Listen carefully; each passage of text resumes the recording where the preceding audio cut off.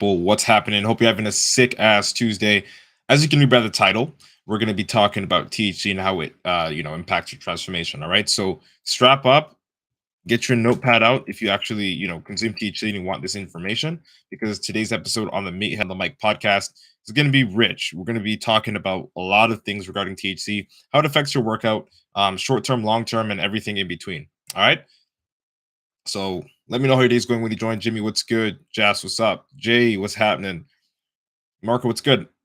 I see you people. What's good? What's happening? I'm gonna pin the chat over here so we know what we're talking about, so that those that aren't here can see. Wow. So a lot of people want to know about how THC affects your workout. What's up? What's good? Sal boy, I see you. What's up? What's up? All right, we're gonna get live over here on TikTok. Then we're gonna dive in. Oh, contains banned words. Fuck out of here. All right, people. Let me know how your day's going. Where's your shirt at, bro? I'm not wearing it, bro. I just don't feel like wearing it. I've been here, fucking same spot, bro. Canada, man, hustling and shit. Actually, I've been remapping a lot, getting ready for that October show. So changing a lot of things, and two fucking catastrophic things happened. But I'm not gonna be airing that on the podcast. We can talk about that later. Steven says, "Yo, do you think you can train Robert Pattinson so he doesn't have to eat shit?" I think you dropped a comment like that somewhere on my social media. And no, I'm not gonna do that. 1 second. Okay. So I'm just gonna get this all fixed up on TikTok once we're rolling there, which we should be good. Awesome. Sick. Okay, let's dive into it. Jax, you already know what's good. You already know what's good. Let's dive into it. Okay, so guys and girls, you're welcome to ask questions. You're welcome to, talk, bring up any point of conversation that you'd like as I go along the podcast, and I won't necessarily respond to you until the end after I'm done recording. Sal says sent you a message on Facebook. Okay, I'll check Facebook. I'll hit you up on Facebook, bro. Jimmy says I quit cold turkey in January, so I assume you're talking about weed, right? So, guys and girls, you're welcome to talk about anything regarding this topic today. If you have things that are not relating to this topic, then you can hold that for another time, with all due respect. But we're gonna be diving into this one. It's gonna be juicy. I've got a whole bunch of information here, and no, I'm not gonna be speaking from like a pedestal, because I myself, I consume THC, so I'm not going to pretend like I don't know what it is, how it affects you. I'm not going to pretend like it's crack or anything like that. So get those misconceptions out of your way. All right. So without wasting any time, we are going to dive in to this topic in 5, 4, 3, 2, and 1. Yo, what's good, meatheads? Hope you're having an amazing day. Welcome to another episode of the Meathead on the Mic podcast. It is your host, IFBB Pro Matt Butale, coming at you with another topic. And today we will be talking about how THC impacts your transformation. But before we dive in, you're welcome to join the Meathead Monsters Club, which is a free Facebook community where you get to meet other meatheads online. Also, don't forget to screenshot, share in any way, shape, or form this podcast to your IG story or anywhere else that you can share it to. It would really go a long way. If you have any questions that you'd like to ask me, or if you'd like to tune in to the live recording to see exclusive behind the scenes footage, you can search for Matt Butale on Twitter, TikTok, LinkedIn, Instagram, and Facebook. Also, shameless plug to my YouTube account, Matt Butale, if you want to see some meathead content exclusively. All right. So let's dive into the meat and potatoes, bro. Let's dive into the meat and potatoes. All right. So today I'll be diving into this topic, based on my experience, opinion, and also like a tad bit of research. Okay. So the big question here is, does smoking affect your ability to burn fat or grow muscle? Okay. And my answer to that is, like, to be honest with you, indirectly, yes. Indirectly, yes, it does affect your ability or impact your ability to burn fat or grow muscle or transform your body in any way, shape, or form. And I want you to think of it like this, just simply. If you already consume THC, you know what I'm talking about here. So if you're the type to get munchies after getting stoned, you're in trouble. Okay. Like, getting high all the time won't allow you to make the best dietary choices if that's the type of person you are. And I'm aware not everybody that consumes THC gets the munchies. Like, I get that. But for most people that do get the munchies, they have a lot more difficulty picking healthier foods as opposed to sweeter or more savory foods that are, I guess we'll say, more in line with junk food, um, than whole foods. And that's not a good thing. So indirectly, in one way, that's already affecting your nutrition. Okay. And even if you're not the munchies type, okay, even if you're not the munchies type, you're still more likely to be in a relaxed, calm, and more, we'll say, almost like being more of like in a sleepy state when you're medicated with THC. I mean, it's part of being high, right? Just being relaxed, being mellow, you know, being calm, things like that. And even if you do not experience the munchies and things like that, for some frequent like gym goers, they're able to go through what I'm about to talk about right now. But for most people that don't get munchies, that consume THC and that don't train frequently and want to, the relaxed, calm, almost sleepy sort of state that they're in is almost enough to make them not want to go to the gym, or at least it's almost enough to make it more difficult for that person to go to the gym. Make sense?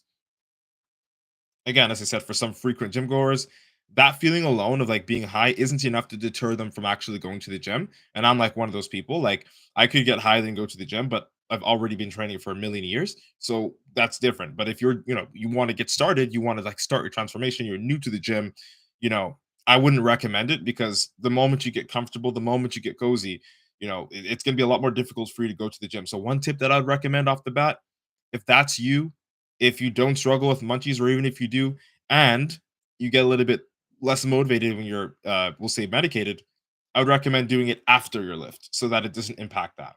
Okay.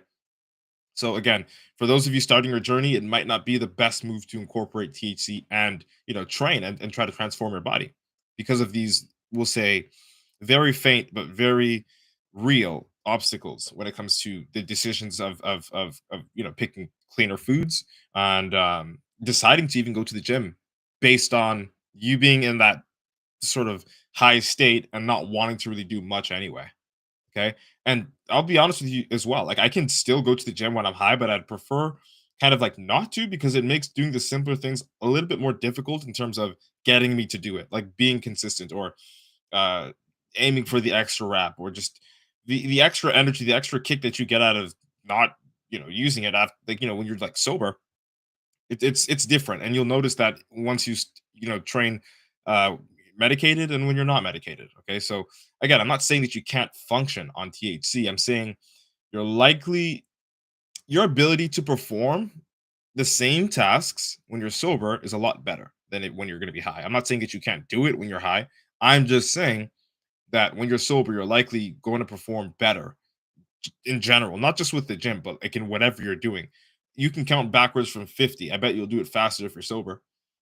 It's not that you can't do it when you're high. It's just you operate better. Your brain operates the way it's supposed to operate when you're not intoxicated. Okay, and I'm not. That's not me taking a shot at marijuana. It's not because, as I said, I do consume THC, right? But there's a time and a place. Okay, as I said earlier, there are some people that are able to get high and have a great workout. I know this because I am one of those people. I know a bunch of pro athletes, that experience what I'm talking about. So it's not a foreign concept, and it's not like being high alone is automatically bad for your workout. It's not. That's not the case. But for most beginners, and even some intermediate gym goers that aren't as consistent, looking to transform their body, it can be a lot more difficult to be as consistent as possible while under the influence. So as I said, it's not that you can't do it. It just is a lot more difficult for the people that already are not consistent. Like put it this way, you're already struggling with being consistent in the gym. Why add anything that can make it that much more difficult, even if it's that much more difficult, right? It's one step in the wrong direction if you need to work on consistency and you need to work on showing up for yourself, not only in the gym, but in the kitchen. Okay. And fighting off cravings, something that's so simple, honestly. Like we could in our sober minds, it's still difficult, but it's easier to do than when we are intoxicated, when we are medicated with THC. It becomes a lot more difficult to tell yourself, no, I'm not going to get the pizza, or no, I'm not going to get the cake, no, I'm not going to get the pie when you're high. It's just a lot more difficult. Not that you can't do it, it's just a lot more difficult. And why would you put yourself through that? You know what I mean? As I said, there's a time and a place. So I'm referring to this sort of my perspective comes from people that consume it daily. Okay, if you consume it daily, then these are the problems that you're 99% going to experience or feel or think about. Okay. And again, as I said, it's not in the gym. It's not only in the gym, it's also in the kitchen because we already know the gym and the kitchen is what makes the body. Okay. So now you're here, you're sitting, you're like, okay, well, it makes sense, Matt. Like, I fucking get it. Like, shut the fuck up. Whatever. Like, we get it. You use weed and you're telling us not to use it. No, I'm not. I'm not your doctor or anything, but I'm not going to tell you to use it. I'm not going to tell you not to use it. But what I am going to say is that based off of my opinion and experience, it's not the best if you, especially if you're a beginner, if you consume THC before your workout or early in your day before you've gotten your tasks taken care of. It's best to get your tasks taken care of, and then that becomes a time and place for you to actually indulge. Because, as I said, like, it's still easy for you to, not easy. It's still possible that you could do other things while you're intoxicated, but it's just not the best way. It's a little bit harder, and why would you do that? Do you know what I'm saying? So you're like, I get the point. If you're consistent with your health and fitness, it doesn't really impact you, right? Well, yes and no. And it's sort of like this. So, like, just as it can have negative effects, the ones that I just mentioned, it can also have a few positives. Okay, it does have a few positives, and we're gonna break them down. All right. So one thing that I always hear, when I talk to all my other gym buddies or pro athletes, when they consume, or when I ask if they consume THC before their workout, and so many of them, I know so many pro athletes that do this, and it's not a bad thing. They say, well, the main reason I do it is because I feel like there's an increased mind muscle connection while under the influence, and like that increases their, we'll say, the impact of their lifts because they can feel the muscle that they're trying to isolate a lot better, right? So that is a very real thing. You know what I mean? Like, that's a very real thing, and but it's a real thing amongst the people that know what they're looking for, if that makes sense. So it's true to some extent. I can understand it because I know what I'm looking for. They can understand it. Those pro athletes that I mentioned, they can understand it because they know what they're looking for when they're in the gym, when they're isolating the muscle, mind muscle connection, hence the term, right? But you, the beginner, the intermediate, might not know because you don't even know what you're looking for. Like, if you are already not consistent with the gym, if you are already not familiar with your own range of motion, your biomechanical range of motion, and quote unquote the mind muscle connection for your own self, sober, then it wouldn't be something that you should strive for. I guess to get from THC, right? As like this added benefit of, because my favorite process, they like to train or get high then train, and then just they get a lot more of a contraction. It only works if you already have that sort of that practice, if you already have that, if you already know what you're looking for. Like, you're looking for the mind muscle connection because you've had it before. It's not like THC is going to give you that mind muscle connection, if that makes sense. I really try to break that down for you. Okay, so it's true to some extent. So, and again, I can understand this because I know what I'm looking for when I go to the gym. But if you're new to the gym, you might not know what this even is because you haven't applied it yet. So it's not necessarily going to be a positive for you in that state. But for those that are advanced or professional, it can definitely be a plus. It can be a positive, right? Another thing, another benefit, another pro when it comes to the consumption of THC, guys and girls, is some claim it helps with sleep, and we're 50-50 on that, at least in my opinion. I agree. It does help you get to sleep faster, getting high. You can have it before bed and you'd be out like a light, right? But, and this is something that I won't even be a hypocrite. I recently learned this.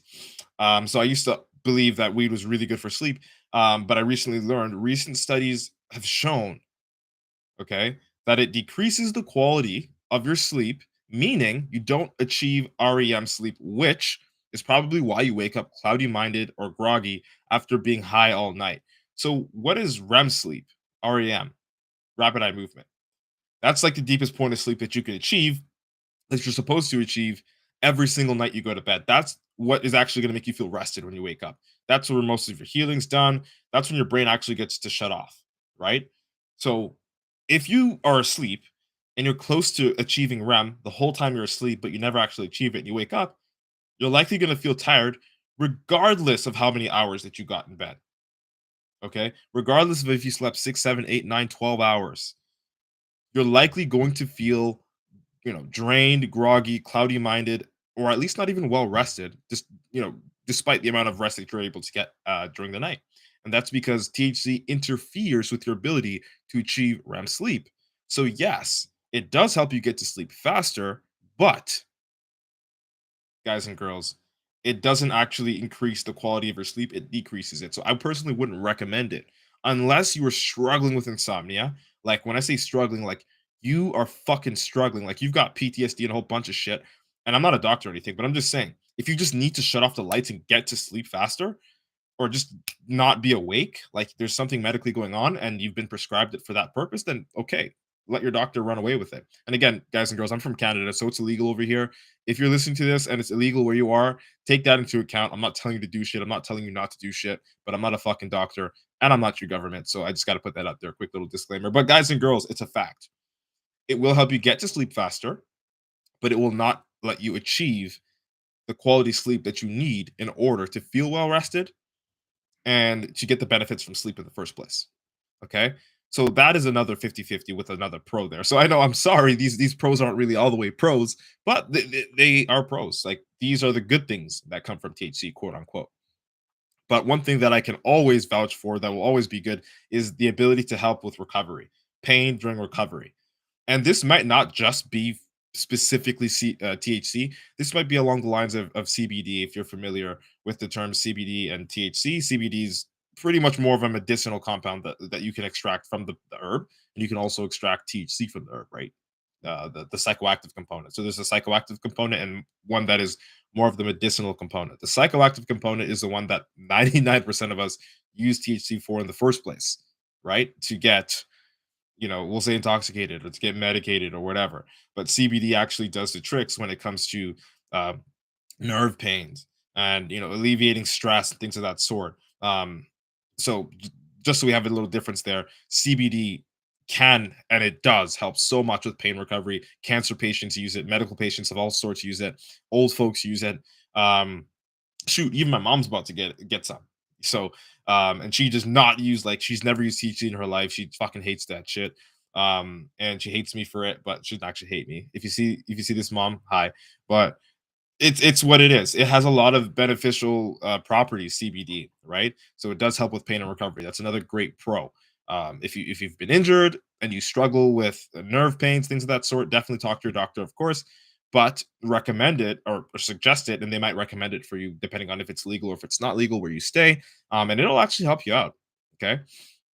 Also, it can help with your appetite if your goal is to grow muscle. But tying into what we said before, earlier in the podcast episode, it sort of comes with a little trick. And the trick is that you've got to fuel up on healthy foods because munchies do exist. And if you're not the type to get munchies, then good for you. Because then you can use it for its ability to increase your appetite, right?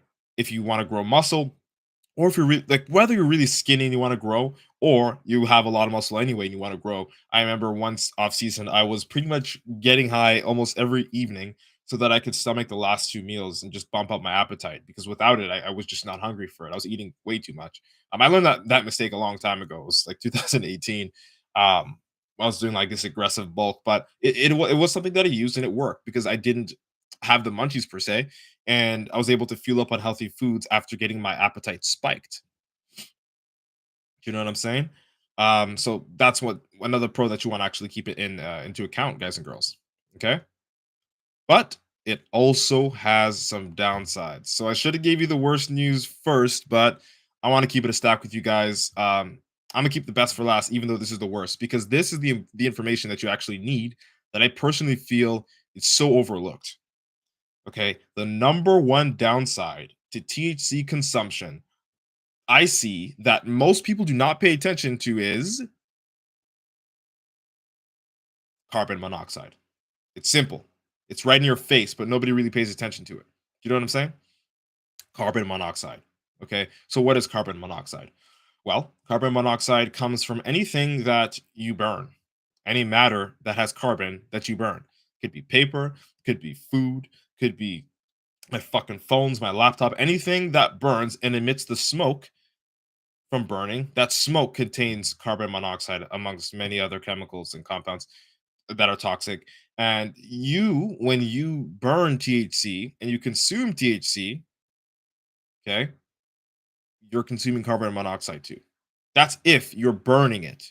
You roll it up, you burn it, you smoke it, right? You ingest carbon monoxide. So, guys and girls, not only is this gas toxic, it is a vasoconstrictor. What the fuck does that mean? You're probably asking. think of it like this. There are two words I'm going to be bringing up today that you might not have heard that I just want you to, we'll say, make a little bit more familiar to you in your vernacular, your vocabulary.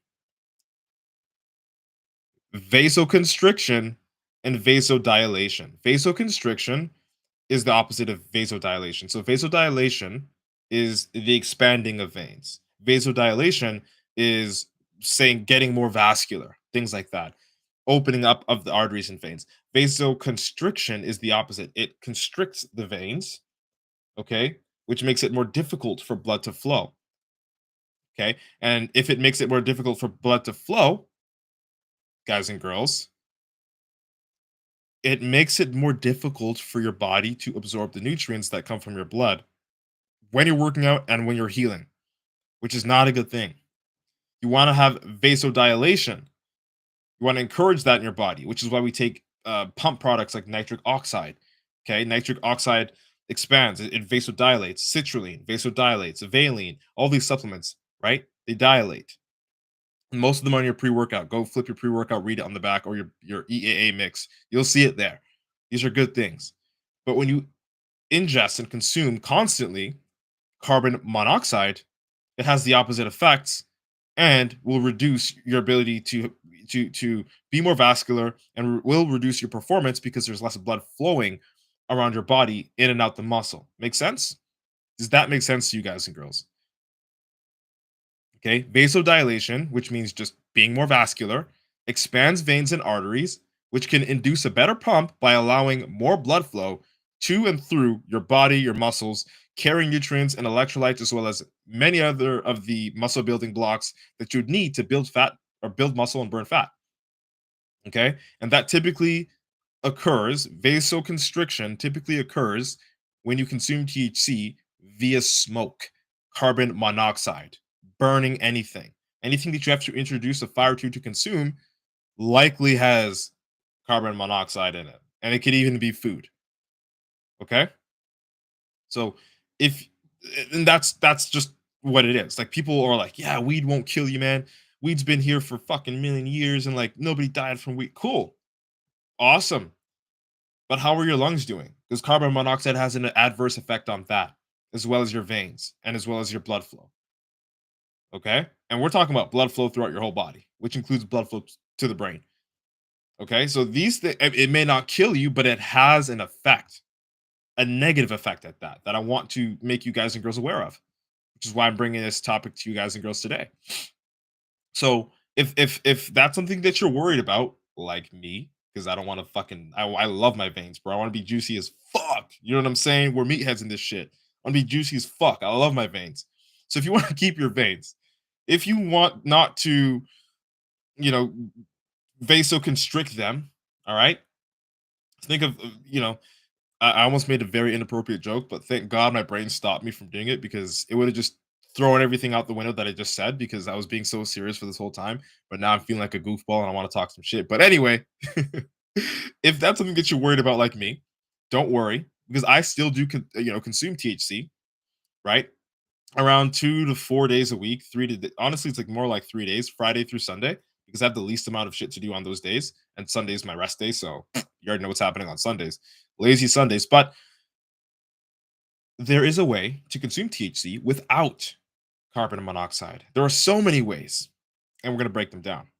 Okay, so if you ingest edibles, if you ingest THC via herbal vaporizers, which we're going to get into a little bit, if you ingest THC through decarboxylation or an elixir, elixirs being like, sprays, lotions, oils that you can rub on yourself, and be careful. I'm not talking about that kind of rubbing, but you know what I'm saying. Okay, that's one little joke out. At least I got one fucking joke out, so I can calm down now. So again, those are the ways that I would recommend for you to, consume THC if you wanted to still consume THC and not consume carbon monoxide. And again, I'm not your doctor, okay? And this might be illegal where you stay, so I'm not telling you to do things. I'm not telling you not to do things. But what I'm saying is this: if you want to consume THC and you want the least amount of adverse effects, you want to be consuming either an edible, using an herbal vaporizer, an elixir, which you can also even count as an edible because they have oral sprays and things like that. and decarboxylation. So my favorite methods, I'll be honest with you guys and girls, are using the herbal vaporizer and decarboxylation. Okay. Not only because you're less likely to experience the adverse effects of vasoconstriction because you aren't congesting carbon monoxide via burning THC, but there are still ways that allow you to consume THC without, you know, jumping overboard and getting all the negative possible things you can get, right? So, herbal vaporizers, as I said, we're going to dive into a little bit quickly.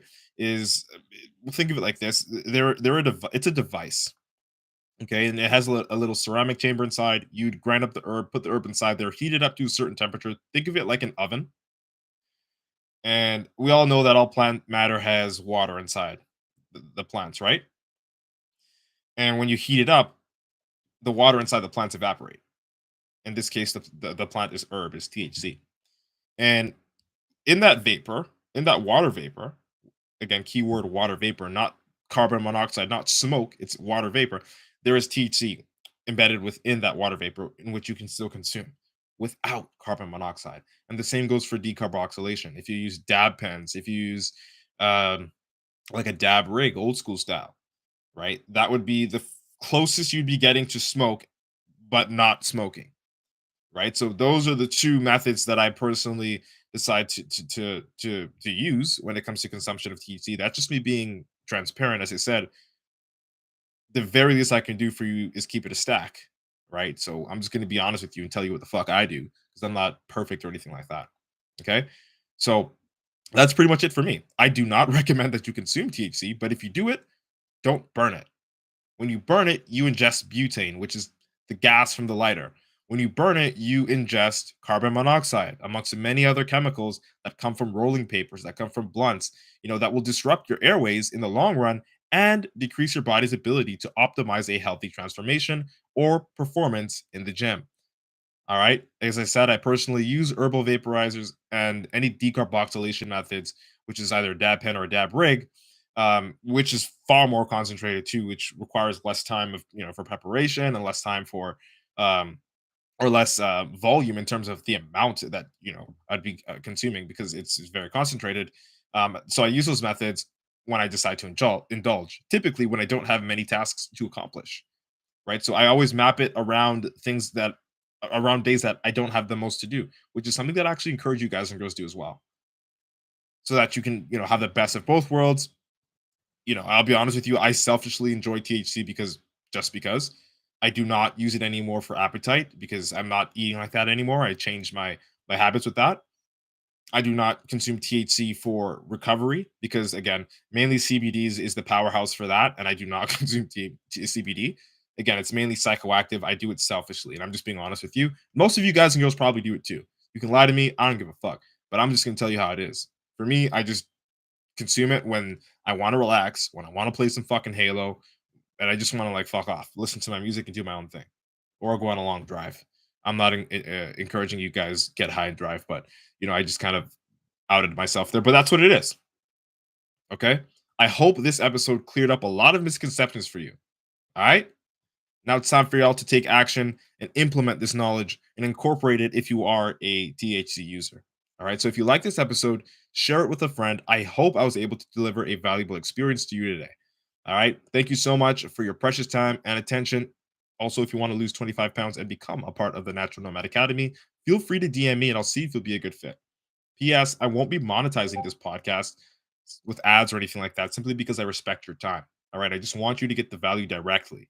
All right. So don't forget to screenshot and share this podcast to your IG stories or whichever social media platform that you do have to show support. It would really go a long way. All right. Let's embrace your inner meathead together. It's been nice chatting. Hope you like what today's topic was about. Natural IFBB Pro Matt Butale signing out. Boom. Wicked. Podcast is recorded. So I'm going to be going through some of the comments here on TikTok and Instagram because I know I got quite a few there, and then I will be running off. I'll try to make this as quick as possible. Sorry guys, I got to be out. I'm hungry as fuck. And I got a meal downstairs on the table, and it's getting colder as we speak. But I own a microwave, so we're good. Let's go. What's his name? Knob Goblin That's a tongue twister. I can't repeat, but you know who you are and you know what I'm talking to. It says, what if I'm consistent with eating 20 cookies in one sitting? What if I'm okay, that's a troll. I don't even know how I fell into that. Seriously, read it without knowing. So homie says, I used to think that, but it's an illusion. Nothing good about fucking up your lungs and then pumping. Yeah. Right. So homie says, damn, you smart. No, you smart, bro. You tuned in. I appreciate you. And I appreciate the follow, homie. Homie says, getting likes up for you. Dope, man. Yo, shout out 1,000 likes on TikTok for this live stream. Fucking dope. Appreciate you, homie. Fuck yeah. You know what's up? Homie says, love the lazy eye.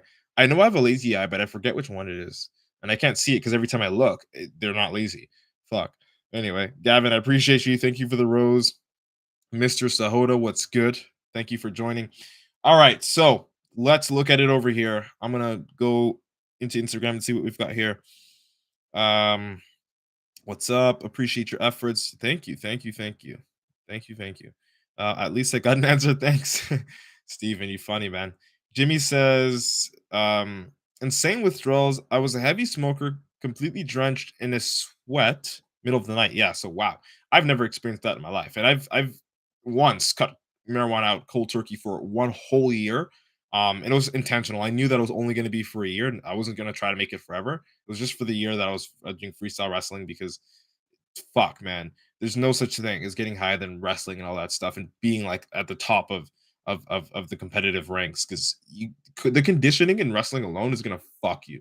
Like if you thought cardio doesn't affect you, or weed doesn't affect you when it comes to cardio, it's either you're not doing cardio hard enough or you're not doing cardio hard enough. Because if you're doing cardio hard enough and really training to be the best, it does get in the way and you'll feel that.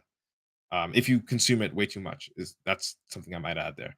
Um, how long have you been working out for? Fuck, man, I've been working out for like Jesus, more than 10 years. I'll say that.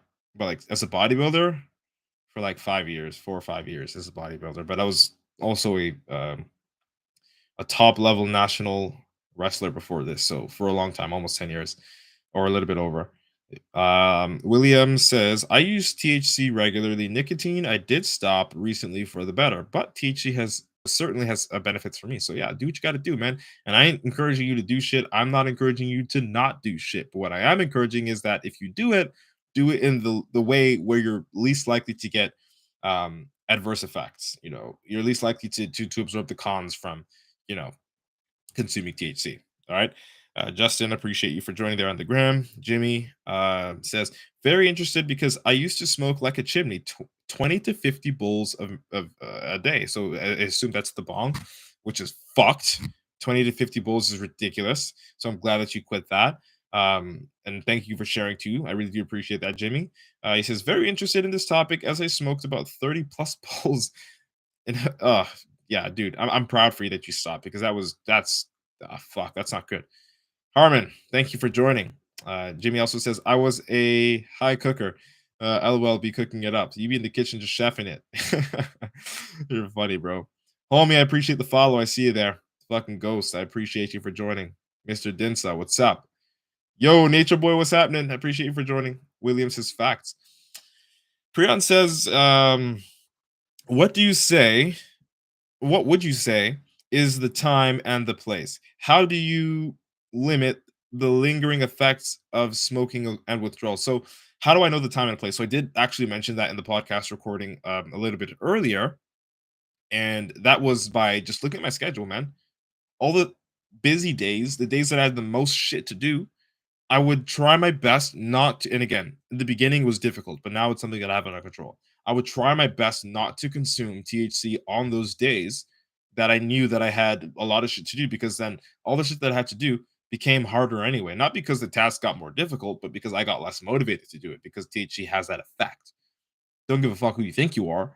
You could do it. You could probably be a functioning person that consumes THC. I'm not saying that you can't. I've been that person, but you will always function better sober than functioning on THC. There was a quote that I want to remember that I can't remember. Um, and it was something about along the lines of being a functional sober person and a functional high person. But if I ever find it, I'll put it in another podcast because this is a topic I can see you guys and girls are very interested in and passionate about. So I'll do a little bit of researching, give you all some tips whenever I come back on the air again. So just to answer you there, Priyan, real quick. Um, look at your schedule. The least busy days are the days, that's the time, the least busy days. And the place would be in a place where you're not, nobody's really demanding much of you because you're able to have your own quiet time. You're able to be isolated per se, like in your room, in your car, and I'm not telling you to do these things there. But anywhere where nobody really is demanding of you, um, you know, that would be the best place, and the best time would be outside of a busy work week. All right. Hope that helped you out, bro. Zoran, what's good? Priyan says, so much value in this podcast, fam. I fucking appreciate you, dog. Screenshot it and share it out to your story. You know what the fuck is good, man. Appreciate you. Shaquille, what's good? Isaac, Jordan, what's up? Jake, all you guys. I can't even shout all you guys out. Thank you so much for joining. Jay, what's good? Thank you for the facts, homie. You're most fucking welcome. Homie's like, you got them. Yo, it's good. Next topic about blood work. Interesting. I don't think a lot of people pay too much attention to blood work, so I think that'll be a dead topic. But you know what? I might just feature that topic. That's a great idea. That's a really good suggestion there. I really do appreciate that, Jay. Um, Aditya, thanks for joining. All right, all right, all right. That's what's up. Very important question, man. Favorite Spider-Man? Toby Maguire, hands down.